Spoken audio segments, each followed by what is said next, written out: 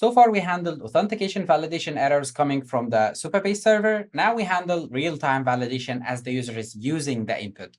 So inside the composable we created, which is use form errors, I'll create a new function here called handle login form. And this function should receive the form data. And luckily, we have the type for that. We already have the type for the login form right here inside the types directory auth form file. So this is how I'm imagining this it would be. I need to create here a new constant called real-time errors. And that will be a ref. And I want this ref to adapt to whatever the function that I'll call it from.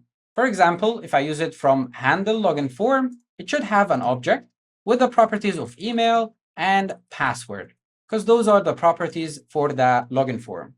If I use it from the register form, it will have the properties of the register form. So I don't want to explicitly set the default type here. I want to set it when I call it or when I use it. So inside the handle login form, I'll use real-time errors.value and I'll set it to this object.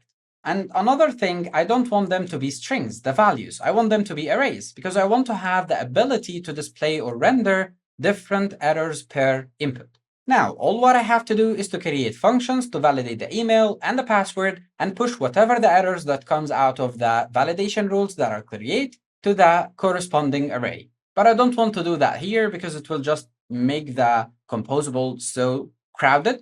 I will go to the utils directory, create a new file, and call it form validations. And that will be a TypeScript file. The first thing I'll export a new constant called validate email. And that should expect the email as a string.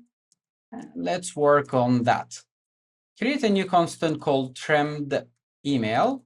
And then let's trim the email that we got. And check if the trimmed email is empty after trimming, then just return an empty array. Next, I'll create a new constant to store all the errors that will come out of the validations. And let's see if the email is in the right or the correct email format. So I will create a new constant called email regex. And let's look on the internet for regex for email. Let's see what do we have in here. Pick the first result. It doesn't look complicated enough. So let's see that one from regex 101. Yeah, that's more like it. I'll copy the entire regex back to VS Code, and then I'll do backslash, paste, and then backslash. Let me get it all on one line, like so. Then create a new constant called const is valid email format, and that will be email regex and test it against the trimmed email that we created right here. So this will tell us if the email is in the right format. I could create an if condition and say if is valid email format is falsy, then push to the errors array, not a valid email format. And then add any validation rules you want right here and return the errors after you're finished. We get a TypeScript error and looks like, that's just mistyping from my end. So errors like so. Fix this, fix that, and that's it. Cool. Let's move to the next one, which is export validate password. It will receive the password as a string, and this is the times that I miss GitHub Copilot. It's really helpful in these matters. I even forgot const here. Anyway, I don't need to trim anything over there, so I can just check if the password is empty, doesn't exist or something, so return an empty array. And the reason why I don't trim it, because people sometimes use the spaces in their passwords. Anyway, create a new constant for the errors, and that will be an array. Do one validation, so maybe check if the password length is less than or equal to 6. Yeah, sounds right. And if it is, then push to the errors array. Password must be more than 6 characters. And return the errors. Okay, so this file looks ready to me. And we can add validation errors as many as we want and keep pushing to the errors array right here, because we are returning the array with all the error messages.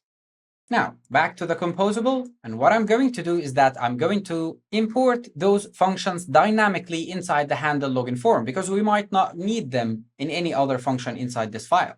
So const, and I'll destruct them out of await, import, and that's inside utils, form validations. Since I have await here, I'll add async right there and destruct the functions I need, validate email and validate password. And now I have them on demand. So right here, I'll create a new constant, email errors, and use the validate email that I got from the import. And it's expecting form data email. Then here, if I got any email errors, so email errors length, then real-time errors.value.email and set it to the errors I got. So email errors. So basically, if the validation function returned any errors, we will update the state that we have, which is real-time errors variable ref that we defined up there. Then we are going to update the email property with the errors we got. Then we do the same for the other one, which is the password. So I copied that over. I'll call it password errors. Then we're going to check for the password errors length and set the password errors. And we pass the password to the function, which is validate password. I think no point of copying and pasting. Have to rewrite everything. And that will be for the password property. Looks good. All what is left is to return the new stuff. So I will return real-time errors and also handle login form. Awesome. Now we have some work to do in the login page. I'll destruct the new toys to play with them. So real-time errors and handle login form.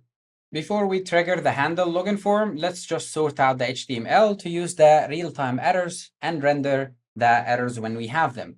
So I'll use the same unordered list that I used for displaying the server error. And right before or right after the inputs that I have, I'll say that they should be displayed only when real-time errors, and I'll use optional chaining here because this could be undefined, right? Because it starts as undefined without any value right there. Where is it?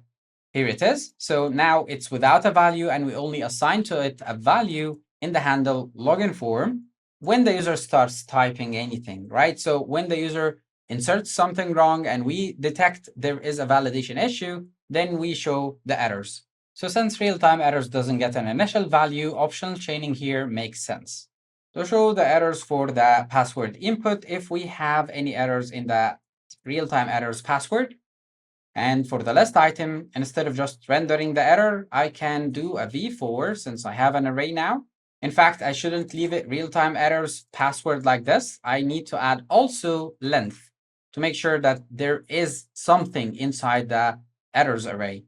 So I can loop over every error inside the real-time errors password array and maybe set the key to the actual error since it's just a string and render the error in the list item. And then use the same HTML block for the email input. So right below the email input, I'll paste, and then instead of password, I'll use email. This looks right. As for the handle login form, well, I can listen to the user when they start to use the inputs. So for example, let's look for the email input. That's the one. I can listen to the input event and trigger the handle login form, pass to it what it needs, which is the form data. We got it from the variable ref that we have here. So this should work fine. Not entirely, sort of. Let's see that in the browser. And do a hard refresh, and let's start typing anything. And voila, it's working. But if I keep typing, you see these crazy movements that are happening? And also, once I start typing, it attacks me. It doesn't wait, it just attacks, tell me that I'm doing something wrong, which is really not a good experience. And we are going to sort that out in the next video.